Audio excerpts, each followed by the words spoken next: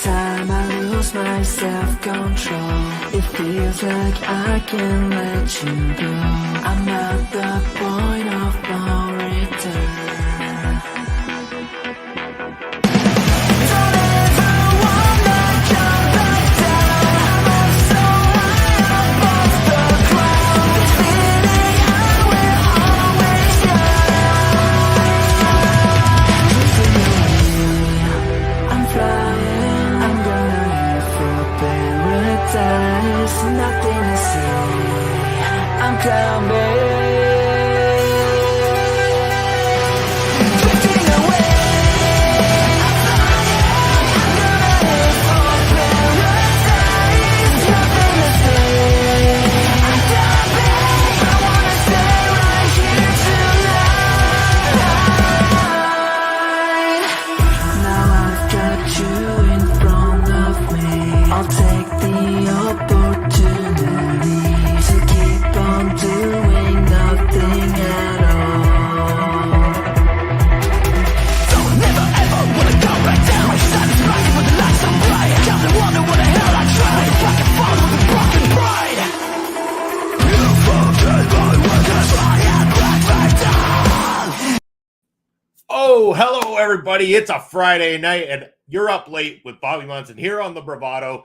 Hope you're having a good evening and we're going to have some fun. We're going to break down a few different things on the show tonight because it's time to kick back and do some reviews. But before we do, I'm going to go ahead and thank one of our sponsors. The main sponsor right now, that is Rogue Energy. As you'll see below, we are a Rogue affiliate here at our local establishment. If you click the QR code in the side of the screen, that'll take you right to their page. But hey, maybe you don't want to click that QR code. Well, follow that ticker right below. You'll see it going across your screen right now, rogueenergy.com. You want to go ahead and use the promo code OLEPODS. That's going to give you 10% off your order. Why should you care about Rogue Energy? Because Rogue Energy is the energy drink alternative. If you're trying to get away from the high sugar energy drinks that you're finding in your local supermarket, then you're going to want to check out our good friends at Rogue Energy. They offer a low calorie, zero sugar, vegan friendly, healthy alternative with amazing kick-ass flavors that everybody is raving about as well. So go check out rogueenergy.com. Remember, the promo code OLEPODS gets you 10% off of your order. And as you'll see, my man, Master69, Ryan, how you doing on this Friday night? Konnichiwa, Bobby. Yeah, there we go, buddy. Glad to see you're still up and having some fun. Glad, hopefully, I can entertain you a little bit here tonight. I'm going to be talking about some music, talking about some movies, maybe talking a little bit about the World Cup while I'm at it as well, too, because I'm in a fiery little soccer mood as well. But first, I'm going to get kicking off with some music, of course, and as always, my man. All right, we're gonna start with music, and that's where I'm gonna go with this one. And this is a new album that dropped just 1 week ago from a band that I've been listening to for a fair amount of time. I'd have to say, we're talking about this band right here. This is Disturbed and their new album Divisive. And I've been very divisive on some of the Disturbed albums. There have been a few that I'm not as high on. Definitely loved the early work. I was a big fan at the beginning. I have found certain albums I like in between, but went back to try out Divisive. And I went to it because of the couple of singles that had dropped from this album that really connected. And then there was also a song on here featuring a very, very awesome artist that just had to get my hands on this one and check this thing out. And I've had a few listens through of Divisive now, so I want to break it down track by track, let you guys know what I think of the brand new Disturbed offering. Starting off with the very first single that dropped from this album, we're talking about the song Hey You. This song is very stellar. It has got a heavy rock beat, very catchy, very hooky patterns that you cannot deny are worth the listen. And boom, we got Carl joining us in here tonight. Rock and roll, Carl, my man. How you doing? Great job there with the watch along tonight. Saw you guys were kicking ass and taking names as always, and glad that you could join in on the fun here tonight. Talking about Disturbed's Divisive album. First single off the album, Hey You, is also the opening track, and man, that just fires this thing right the hell up. That Hey You is very, like I was saying, it's very hooky, very, catchy. You really get yourself into it. And it also, it's got some deeper meaning, as well as the kind of narrative of the entire album. It seems to be that this is kind of a central theme about the divisions within our world, the divisions we're making between humans, and how we're pushing one another away, not showing enough love to each other, not really being there, and the true support that we once were as people, and we're not united like we once were. And that tends to be the central theme of this entire Divisive album. So the title of the album, very, very fitting. Hey You, badass track, kicks us off into high gear. Moving on to the second single on the album. This is Bad Man, just another Bad Man. Yeah, it's a good one. Another very, very catchy tune that you can see why the band went in this direction. When these things play on radio, it's like, yeah, you got to turn that up. You got to get that going, because you're going to be sitting there. You're going to be doing this as you're moving along. Hopefully you're not the driver doing that. That's probably a bad idea, but you never know. You just get into the music and you're rocking, you're rolling, you're grooving. But talk about possible other singles from this album. There is a few that really stand out that could be on the band's list. And the next two tracks on the album kind of fall into this category. And I could see the title track, Divisive, track number 3 on this album, being another possible single down the road, if not the next single off this album. How often do you ever see that? Tracks 1, 2, and 3 become the first 3 singles back to back to back off of a band's album. But man, that's how good this starts off. It's nothing groundbreaking. This is nothing you haven't heard from Disturbed in some way, shape, or form, but it's just kick-ass rock, and that's what gets you. It gets you grooving, it gets you partying. Unstoppable, track number 4, much of the same, gets that hard rock, gets everything going. You're pumped. And then the album kind of it goes down, not down in quality, but it takes a notch down. It goes to more of a medium rock. It slows it down a little bit of a tempo with track number, I think that's number 5, and that is Love to Hate. So again, they're going more of the side of where you can start to hear David Draymond's vocal changes that he does. He can go for a lot of different vibes, and including like track number 6, Feeding the Fire, tends to go in that more vibey tone that he had on the very first album that they ever released. A lot of the songs that sound very like he's a big fan of Tears for Fears is what I get from it. You can really tell it in his voice that type of style was something that he listened to at one point in time, and probably why they did a cover of Shout on the first album release. From there, we go into the song that damn, this song. I mean, this is the ballad track, but it is a powerful ballad track. We're talking about Don't Tell Me, featuring Ann fucking Wilson. Oh, sorry to drop that one there, but damn, she is just rock and roll personified. Heart has been one of the great bands I've gotten to go see. My wife, a massive fan of them. We have gone to see them together 3 times, and it has been awesome every single time that we have gone to see them. And just awesome, powerful vocalist that Ann Wilson is. And you would think maybe there'd be some contrast between her and David Draymond that would really stand out. But man, these two layer beautifully together on this track, this power ballad.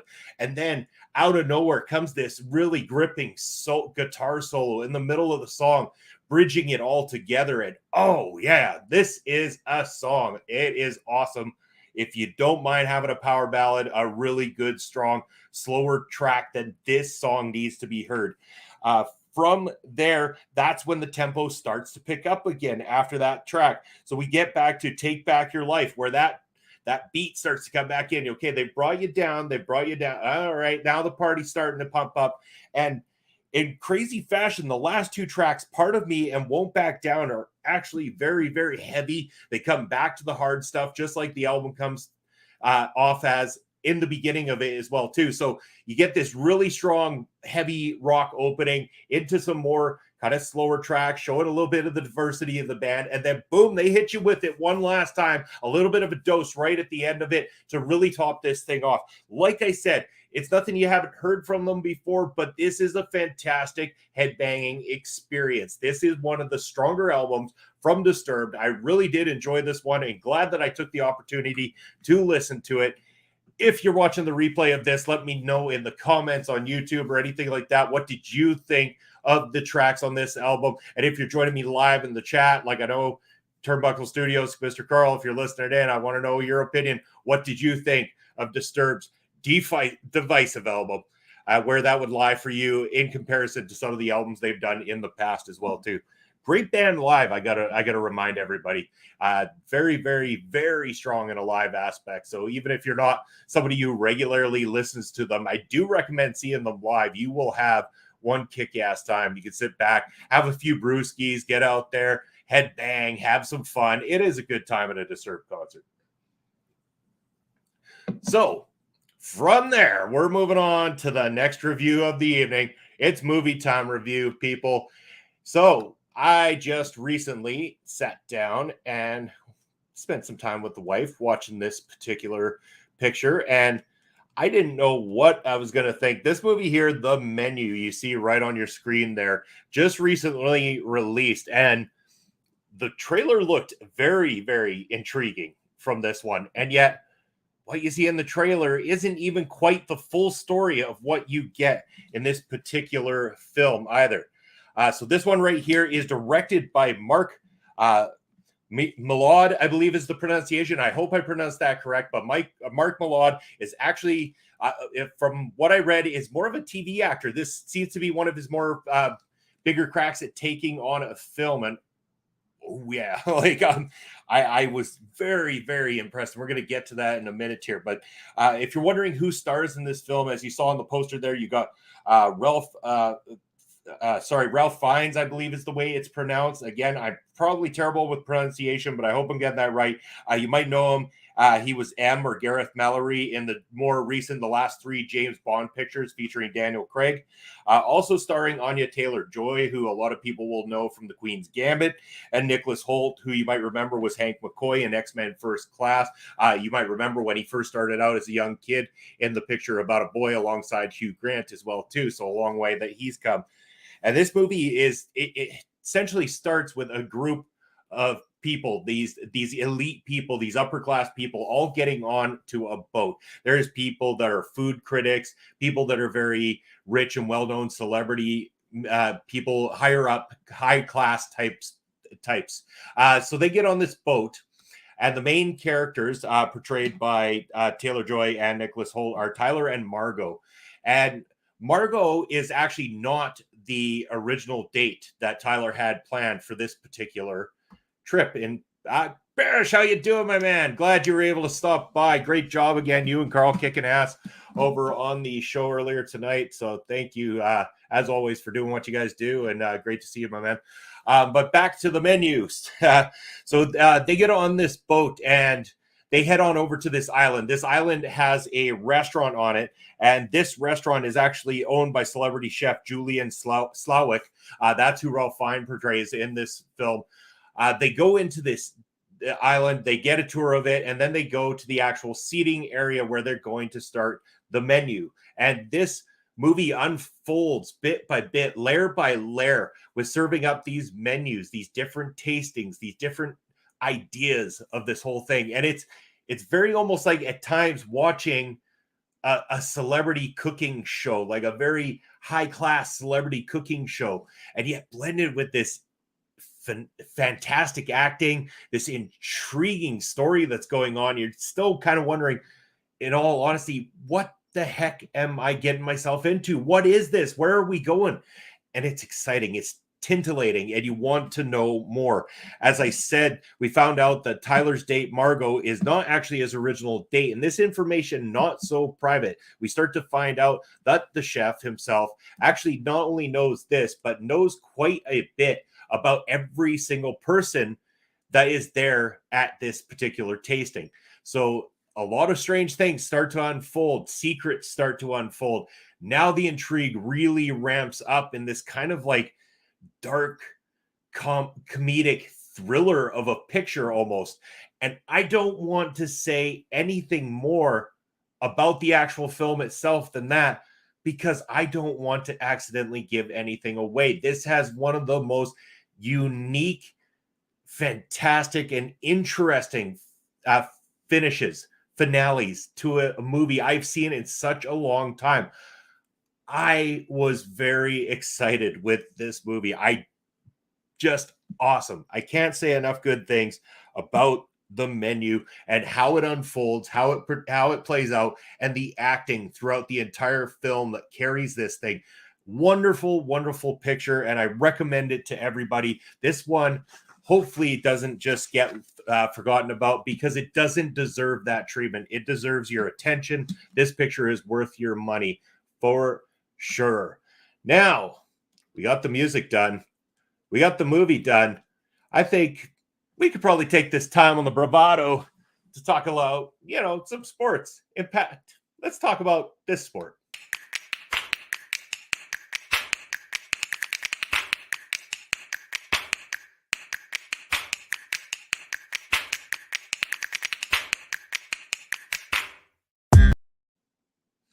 Yeah, that's right. It's soccer time here on the Bravado, and I'm going to talk a little bit about the World Cup that's going on right now, because I'm a massive soccer fan. And hey, we're going to go on about it right now, because that's what we do here. So yes, we've got the World Cup unfolding right now. Nations from all across the globe that are taking part in this thing. And first of all, anybody who heard the news, yes, Canada did not win their opening game. A lot of people predicted that. What they didn't predict, though, was in a game against Belgium, who is the number 2 ranked team in the entire world, that Canada would come out looking like the stronger team. Canada played with finesse, with intrigue. They played with tempo. They played with pride. And we should be damn proud as Canadians for what Canada displayed in that game. And I hope that the entire country is paying attention on Sunday when they go up against Croatia, because if Canada is going to make it through, they need our support more than ever. They got to go out there. They got to win these next 2 games and secure their spot in the knockout stages. Is it possible? Yes. After the display against Belgium, the next 2 teams, Croatia and Morocco, better watch themselves, because Canada is going to come out like fire, and they are going to do something special. I know it. I'm rooting for them. Go Canada. My other team in this thing is England, and they played today. They won their first opening match in the World Cup 6-2. They were looking strong. Going in against the U.S. here today. What the hell happened to England? I am sorry. They put out a very, very strong team, and this is not taken away from the U.S. team, but the team England put out the other day that won 6-2 should have come out here with a little bit more flair in this game, and there was no flair in this game. This was just a dead still the entire time, a 0-0 game between the U.S. and England, almost like the 2 nations playing it too safe in this particular matchup, and therefore only getting the draw out of this one. Same thing with the Netherlands and Ecuador, but not quite as is without goals. We had 2 goals in this particular matchup, one for Netherlands, one for Ecuador. So that one tied 1-1 today. Senegal lit it up against Qatar 3-1. Iran defeated Wales in what many people would consider a shocker. And this was funny. They interviewed a gentleman after the matchup who said that this was the greatest victory for Iran since the Iron Sheik beat Bob Backlund for the WWF Championship. So nice little touch back to the wrestling there with the Iranians beating the Welsh 2-0. So where do we stand in terms of the teams in the World Cup? Well, let me tell you where we stand. I got the breakdown for you. Group A, the Netherlands are sitting currently in first place on 4 points. Ecuador also on 4 points, only behind due to goal differential. Senegal sitting on 3 points, and poor Qatar is at 0. So unfortunately, with only 1 game left in this grouping, that does immediately eliminate Qatar from contention of making the knockout stages. Group B, we got England sitting in first place on 4 points. Iran now sitting on 3 points. The USA is on 2 with 2 draws, and Wales on 1. Wales really is going to struggle to be able to pull themselves out of that and make the knockout stage. US, Iran, and England, it could go either way at this time. So we'll have to see how the last games in that pool unfold. In Group C, we've got Saudi Arabia sitting strong at 3 points right now, Poland with 1, Mexico with 1, and poor Argentina with 0. Yes, Saudi Arabia with the big upset over the Argentinians and topping the group right now. So Argentina sitting bottom, which nobody would have predicted, because they are a very, very strong team. And there is a good chance they're going to come out guns blazing in the next 2, because they have to. It is a no-lose situation moving forward for Argentina. Group D, we got France sitting top of the pool in first place at 3 points, Tunisia at 1, Denmark at 1, and poor Australia down at the bottom at 0. Group E, we've got Spain sitting in third place, Spain sitting in first place with 3 points, Japan sitting in second place with 3 points, only behind on goal differential. We've got Germany at 0 and Costa Rica at 0. Group F, we've got Belgium sitting currently in first place with 3 points, Croatia behind them with 1 point, Morocco with 1 point, and Canada with 0. And like I said, 2 more games for Canada coming up. They do have Croatia and Morocco to go up against. If Canada was to win those 2 games, securing 6 points, as long as nothing crazy happens from there, they should be through to the knockout stages of the World Cup tournament.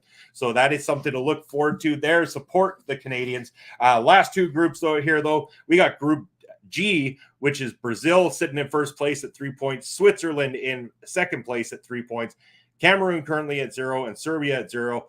Finally, Group H, Portugal sitting in first place at 3 points, South Korea at 1, Uruguay at 1, and Ghana at 0.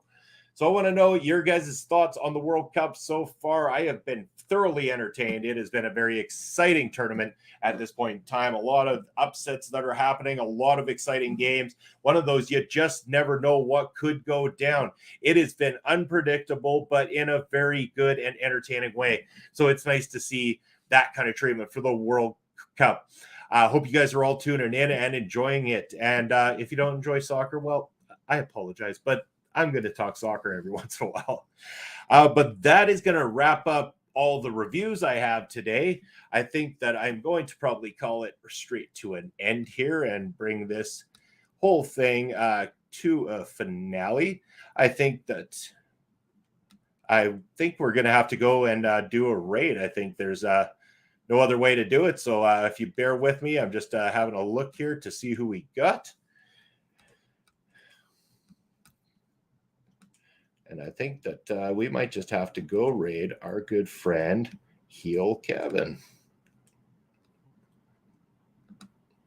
If you're joining on YouTube, just so you know that you will not be part of the raid, as the raids only happen over on Twitch here. So if you want, just stay tuned for the outro. I will be with you in just a moment. And we are going to head on over to our good friend, Heel Kevin, who is a fantastic man. Tell him I say hi. Go check out his stream. Follow him. He is a great streamer. Love his work. But yeah. Is there any other topics that anyone wants to talk about before we jump over at this point in time? Let me know in the comments section below. I can hop on that before we do the raid, or if not, we are going to be raiding in just a short minute. Just bear with me, and we will soon be over to Mr. Heel Kevin, the man, the myth, the legend himself. And hold on. Actually, no, I apologize. Heel Kevin seems to be unavailable for a raid at this time. But we do have some other people on there, so we'll give a raid to somebody else here. So bear with us. We're going to give a raid to somebody who has gone and given us a follow previously. So we're going to give them a shot here tonight. They seem like a very, very good channel. So here we go. Rated. And with that being said, dedication to you, Mr. Chris Parrish. World Cup on SD, you mean? Hello, Ed, by the way. Sorry. I was getting the raid ready, and we're already raided over on the other channel. And I'm actually heading on out. But yes, I know you and I got a good review to talk about very, very soon. So that's coming up. But thank you, everybody, for joining in. It has been a blast. This has been the Bravado. I'm Bobby Munson, and I'll see you soon.